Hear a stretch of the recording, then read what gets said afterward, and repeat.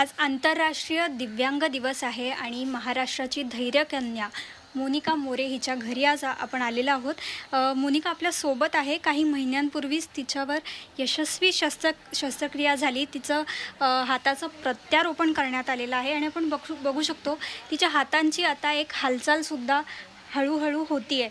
मोनिका, काय आत्ताची तुझी कसं होतं आहे जे यशस्वी तुझं प्रत्यारोपण झालं? पहिली तुझी प्रतिक्रिया काय आहे? काय भावना आहेत आजच्या दिवशी? आज आंतरराष्ट्रीय दिव्यांग दिन आहे। सगळ्यांना मी दिव्यांग दिनानिमित्त शुभेच्छा देते। आणि आज दिव्यांग दिन आहे, पण मला परत एक नव्याने हात भेटले आहेत आणि मला खूप छान वाटतं आहे, कारण की आता मी सगळं स्वतःहून करू शकते, कोणावर अवलंबून राहू नाही शकत। मला खूप छान वाटतं आहे, 1 वर्षाने मी माझं स्वतःचं सगळं करू शकते।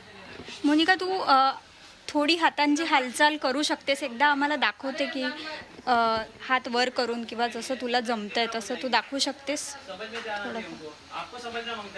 आपण बघतोय एक यशस्वी शस्त्रक्रिया ती झालेली आहे आणि त्यामुळे आता ती हातसुद्धा वर करू शकते। हे एक तिच्यासाठी खरं तर एक नवीन एक जीवनदान दिल्यासारखं आहे आणि ती आज एवढी छान आपल्यासोबत बसलेली आहे। मोनिका, तू इतर दिव्यांगांना या दिवशी काय सांगू शकतेस? काय संदेश देऊ शकते?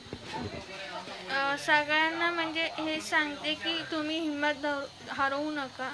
आणि कारण की आता सायन्स खूप पुढे गेलं आहे आणि आता प्रत्येक गोष्टीवर उपचार होतात। किती महिन्यांनी तू परत नेहमीसारखी हातांची हालचाल करू शकणार?